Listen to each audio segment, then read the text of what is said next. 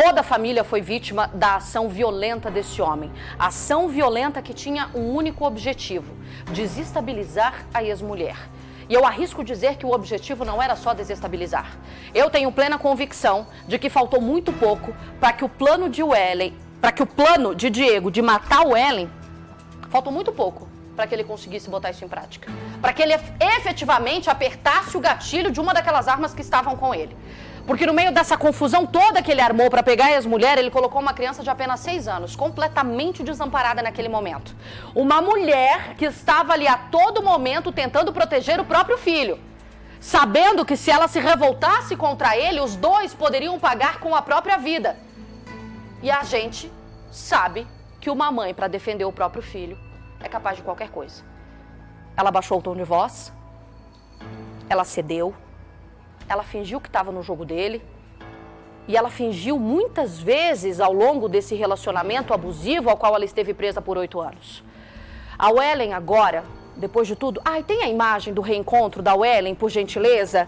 Logo depois que eles são libertados, que eles são lá recolhidos daquela propriedade rural, a nossa equipe flagrou um momento que é um momento de alívio, que assistir essa imagem já traz um alívio pra gente. É o momento em que a Wellen encontra a família, encontra a filha, o abraço de alívio, o abraço de uma família sabendo que aquela história havia terminado. Eu fico toda arrepiada, tô toda arrepiada assistindo essa imagem, porque eu me coloco no lugar tanto da Wellen quanto no lugar das pessoas que estavam aqui sem saber absolutamente de nada.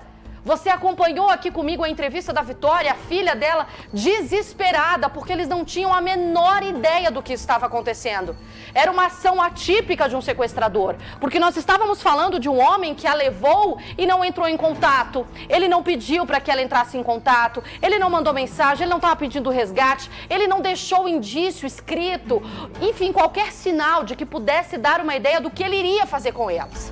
A única ideia que elas tinham era: minha mãe está correndo risco, meu irmão está correndo risco, minha filha, meu neto estão em perigo. E aí a gente conseguiu registrar esse momento, que é o momento de encontro, o momento em que a Wellen reencontra os familiares que viveram aqueles momentos de terror ao lado dela, que também foram vítimas dessa ação violenta do Diego. A Wellen agora e o filho, graças a Deus, graças ao trabalho desses anjos que são esses policiais que nós temos, eles já estão em casa. Estão ali ao lado da família, junto aí a Wellen já encontrou a Vitória, já encontrou a mãe, estão todos reunidos, estão ali junto com as pessoas que mais os amam, as pessoas que mais os apoiam nesse momento. Hoje, gentilmente, depois dessa noite tão conturbada, de tantas emoções que ela viveu, a Wellen recebeu a nossa equipe. Ela recebeu o repórter Túlio Amâncio e conversou abertamente com o Túlio, e falou sobre tudo que viveu nesses dias em que ela ficou presa ali ao lado do ex-marido junto com o filho. A Wellen trouxe os detalhes do que teve que fazer para garantir, única e exclusivamente, que o filho dela ficasse bem. A maior preocupação dela era salvar a vida do filho, porque ele era a peça mais vulnerável da história.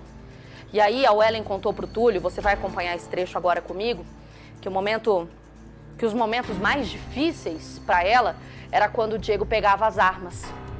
Que a todo momento ele tinha uns rompantes de pegar as armas, de dizer que estava armado, e ela sabia que tinha as armas, ela já tinha visto as armas, ele estava andando com uma na cintura. E aí teve um momento ali que ela não consegue esquecer, que foi quando ele chegou a engatilhar a arma. E esse barulho, a Wellen jamais vai conseguir esquecer. O sentimento para mim maior foi o de gratidão, porque eu só pensava em Deus, que eu ia sair daquilo. Eu só pensava em Deus, que eu rezava o tempo todo para eu sair daquilo ali e não ter nenhum tipo de tragédia. Que horas caiu a ficha que você viu que acabou mesmo? Quando a polícia chegou, nossa, eu fiquei muito aliviada mesmo, e eu tenho que agradecer eles, porque o trabalho deles foi impecável, porque eles chegaram, então ele percebeu, ele pediu para eu ir para outro lugar, e eu vi quando ele pegou a arma, ficou com a arma na mão, e ele saiu pro lado, e eu agachei com meu filho, e ele engatilhou a arma. Então eu sabia que ia acontecer algo muito grave ali. E a polícia chegou e abordou ele na hora e ele se rendeu. Então foi de extrema importância o trabalho da polícia. Eu estou muito grata a eles. Desse momento em que a Wellen foi rendida e que o filho dela também foi obrigado a entrar no carro até o momento dessa libertação, pra gente que estava aqui acompanhando, já foram longas horas. Foi um período de preocupação intensa. Foi um período de desespero para essa mãe que estava aqui ao lado de fora, para essa filha que não estava sabendo o que estava acontecendo, para essa filha que estava ali com medo de perder a mãe e o irmão ao mesmo tempo. Agora, além de tudo isso que aconteceu nessa propriedade rural, além de tudo que ela viveu dentro do carro, a Wellen contou pra gente também como foi o momento em que ela foi rendida na casa da mãe, porque a versão que o Diego traz é uma. A versão que os suspeitos detidos pela polícia, os 4 envolvidos, apresentaram é outra. Agora, a versão da Wellen, a vítima dessa história, é diferente. Ela é cheia de sofrimento, de medo, de preocupação e faz parte desse triste episódio da vida dela que ela não vai esquecer. Me fala, no dia que ele te levou e levou seu filho, quando você viu ele chegando aqui, você imaginava que ele ia chegar a tal ponto? Não imaginava. Não imaginava que ele fizesse isso nunca. Ele ameaçava, mas pra mim era só ameaça. Mas quando ele chegou e minha mãe gritou, eu saí correndo aqui desesperada. Eu não vi o que estava acontecendo. Eu saí correndo pro fundo da casa. E ele chegou lá já assim com a arma. Pra mim, ele ia me matar naquela hora ali. Eu implorei, eu pedi pelo amor de Deus pra ele não fazer aquilo. Quando ele saiu com vocês aqui no carro, o que ele dizia? Já falava pra onde ia levar vocês? O que ele falava nesses momentos? Foi tudo muito rápido, eu não conseguia ver que carro que eu tava, aonde que eu tava. E eles estavam muito agitados dentro do carro, a menina querendo que bloqueasse o telefone da minha mãe porque ela tinha contato e ela viu ela. E o pessoal agitado, ele pediu pra minha mãe, pra mim ligar pra minha mãe, pra ela não chamar a polícia. E o cara tomou o celular da minha mão e eu só abraçava meu filho e eu fiquei quietinha. E eles descontrolados, querendo assim sair rápido do lugar pra polícia não chegar. E ele não tinha direção. E ele saiu tão louco, ele não parava nas esquinas, ele quase bateu o carro várias vezes. Ele saiu aqui cortando por dentro aqui, ele foi parar lá no bairro Tocantins. Eu não sei como que ele chegou lá. Eu não conseguia ver nada. Nesse momento ele já estava só com você e o seu filho ou estava todo mundo no carro? Quando chegou lá, estava só nós dois. Porque ele deixou os 2 outros homens e a menina em outro lugar. Mas eu não consigo nem saber onde que é, porque eu tava em choque na hora. E esse carro ele comprou para cometer esse crime? Sim. Ele falou pra mim que ele estava sendo muito perseguido no outro carro, que a polícia estava em cima, toda hora eles abordavam ele. E para despistar, ele foi, trocou o carro, comprou outro carro mais potente. Ele já mandou lacrar os vidros para ninguém ver ele e justamente para ele fugir comigo, porque a intenção dele era fugir comigo, ou me matar se ele descobrisse algo que eu tinha feito, ou fugir comigo num carro potente que ninguém visse quem estava dentro. O Diego obrigou a Wellen, ao filho e o filho deles a entrar no carro e saiu em alta velocidade. Depois disso, o que eles viveram foi um verdadeiro inferno aqui na Terra. A gente vai continuar agora acompanhando o depoimento da Wellen, essa mulher que foi mantida refém pelo ex-companheiro. Ela e o filho foram obrigados a sair de casa, foram rendidos pelo Diego Pirê, ele que obrigou a Wellen e o filho a entrar no carro, saiu em alta velocidade. A Wellen já contou pra gente que ele teria até trocado o carro, planejando essa ação, porque ele queria um carro potente que já não era mais tão visado pela polícia. Chegou a colocar película nos vidros para ter certeza de que quem passasse pela rua não o reconheceria. Na hora em que o ex-marido rendeu a Wellen e o menino, ela já percebeu que tinha alguma coisa muito errada. Foi a partir desse momento que a Wellen percebeu que a vida dos dois estava correndo risco porque o Diego estava completamente fora de controle. Ele disse pra onde queria levar vocês? Ele não sabia, ele queria fugir. Ele falava que ia para o Mato Grosso, ou ia no Goiás. Ele queria ir para um lugar bem longe. Ele não falava o destino certo, ele ainda estava pensando na cabeça dele. E ele falava que ia me torturar, que eu tinha que confessar se eu trair ele. E eu fui tentando pegar aquela situação ali, usar inteligência emocional, e eu fui acalmando ele. Então, me fala sobre essa inteligência emocional. Por conhecer tão bem o Diego, como é que você trabalhava essa questão da inteligência emocional? Era concordando com o que ele dizia? Você foi esperto nesse momento. Qual estratégia você usou? Eu concordava com o que ele falava, eu escutava ele primeiro. Eu falava, não, vai ficar tudo bem, eu não quero seu mal de jeito nenhum, vai dar tudo certo. Então, várias vezes eu falei para ele, para com isso. Ele falava, olha o que você fez eu fazer. Eu falei, mas não foi eu. Ele falou, se você não tivesse começado, eu não teria feito isso. Eu falei que eu ia te buscar. Eu fui te resgatar, eu ia até no final do mundo. O meu plano era pegar a sua filha, porque eu não sabia que você estava em casa.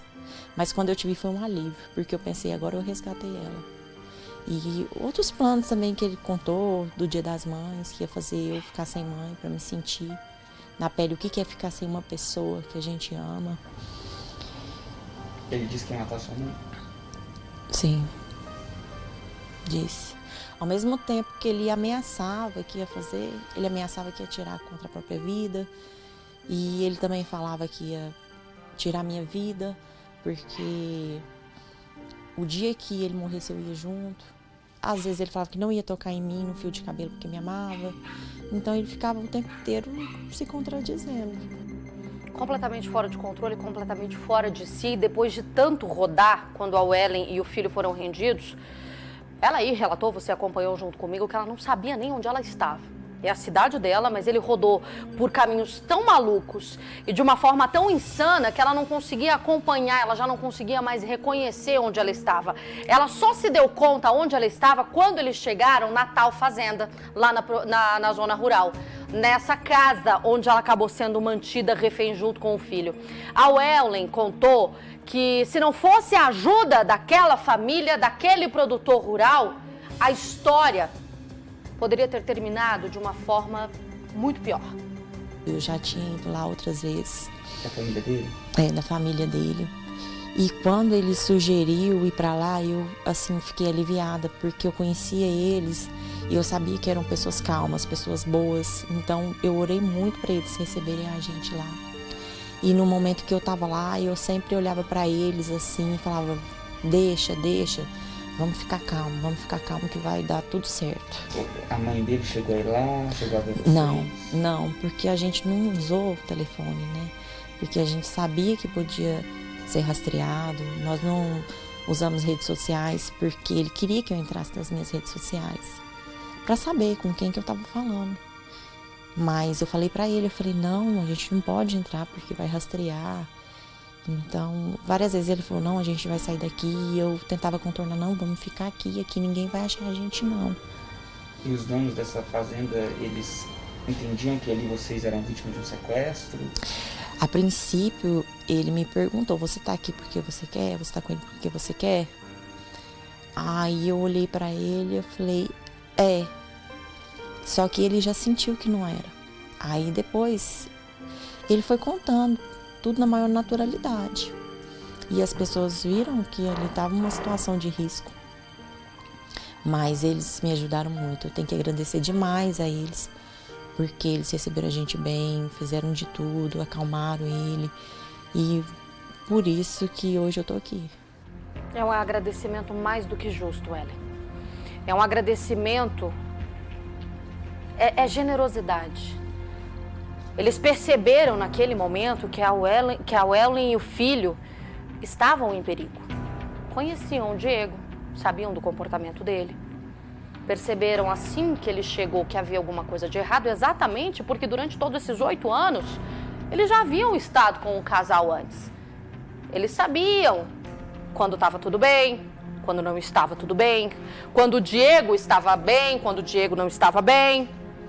Quando a gente conhece as pessoas, a gente consegue deduzir que alguma coisa está errada. Aquela coisa que a gente fala que a gente sente, né? Mas dá para perceber. E os olhos dela não deixavam ela mentir. Ela estava dizendo, estou aqui porque quero. Com um olhar de pânico, com um olhar de medo, com um olhar de desespero. E o menino ali, sem entender absolutamente nada.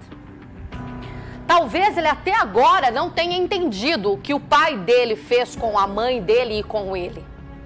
Talvez até agora isso realmente seja uma incógnita na cabeça dessa criança.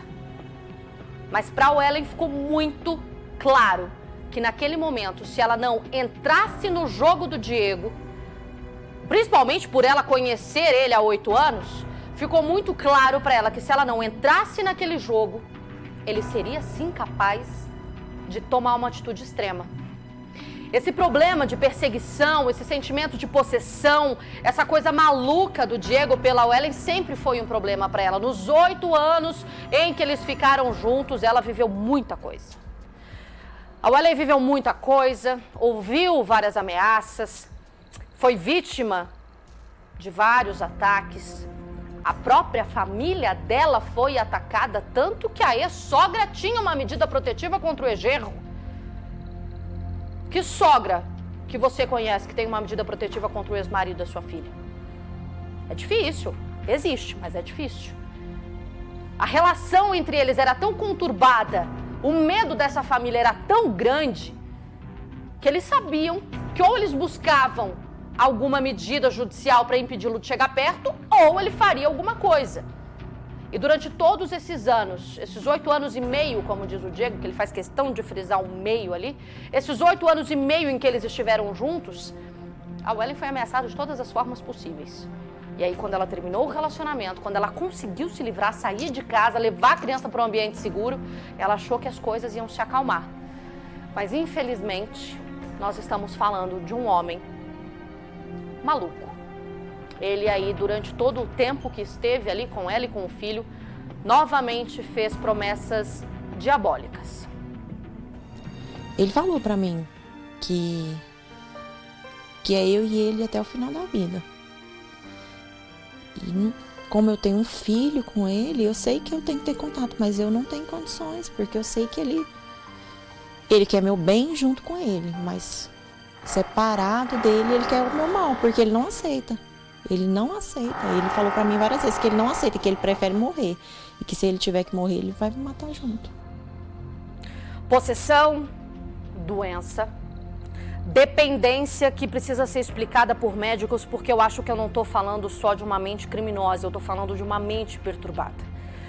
É um quadro perigoso. É uma mente que arquiteta ações criminosas. É uma mente que está perdida e colocando em risco a vida do próprio filho. A Ellen agora sentiu na pele o que milhares de mulheres sentem diariamente no Brasil.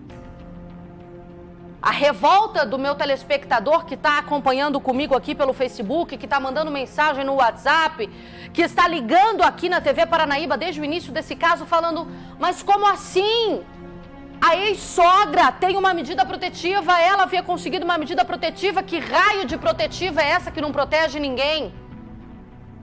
A Ellen agora descobriu a dor das mulheres que recorrem à justiça para tentar se livrar de quem as machuca, as agride, para tentar se livrar de uma violência extrema. Violência essa que não é só psicológica, é uma violência física, é uma violência sexual, é uma violência que mata, que destrói a vida de toda uma família colocada em risco. E mesmo depois dela ter conseguido essa resposta, esse pedaço de papel, onde a justiça diz, Diego não pode se aproximar de Ellen. Diego não pode se aproximar da mãe de Ellen. Mediante aqui, ó, justiça mandou, se aproximar, vai ser preso. Para a justiça parece que esse mecanismo funciona muito bem. Eles haviam conseguido tudo isso. Havia sido despedido, o oficial de justiça foi até a casa do Diego. O próprio Diego disse isso, eu recebi, eu assinei, eu estava ciente. E agi mesmo assim. Agora a Wellen sabe o que todas as mulheres sofrem.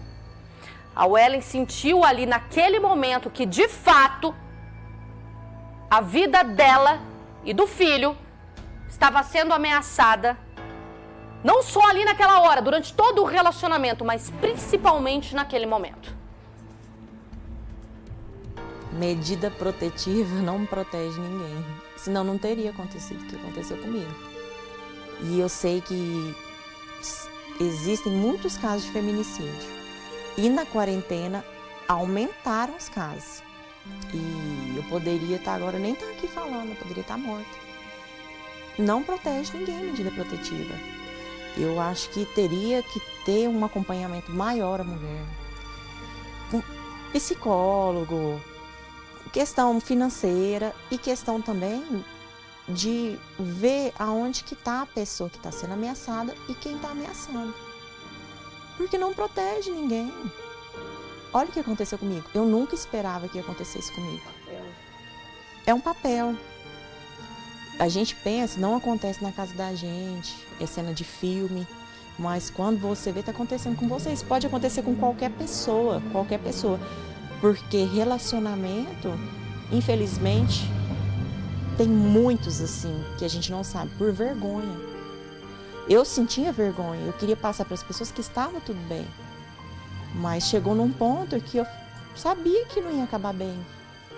Foi onde eu tomei as providências de sair de casa. Só que no Brasil é assim.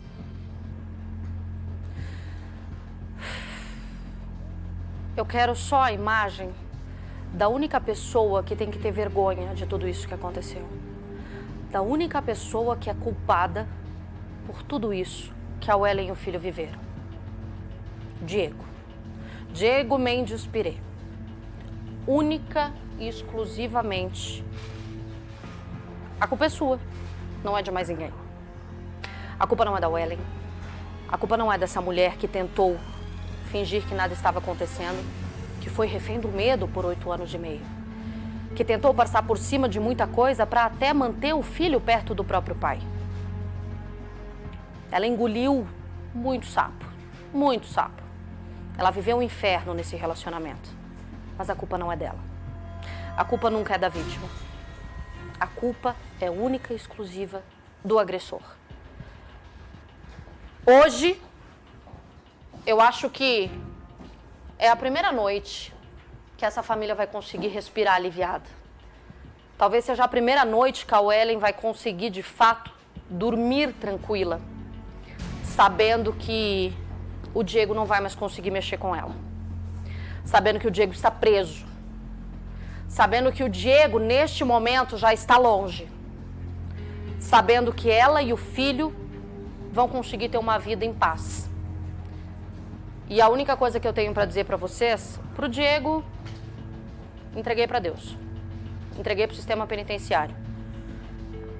Wellen, não se abale, não se intimide, não tenha medo. Todos nós estamos aqui por você. E todos nós estaremos aqui para todas as vítimas de violência. Vocês não estão sozinhas. Vocês têm o Cidade Alerta Minas, vocês têm a mim. Não tenham medo de denunciar. É difícil, eu sei, mas não é vergonhoso. A única pessoa que tem que se envergonhar é o criminoso. E a prova que ele é um criminoso é essa aqui. Algemas, detido, encaminhado para o presídio. E assim termina essa história.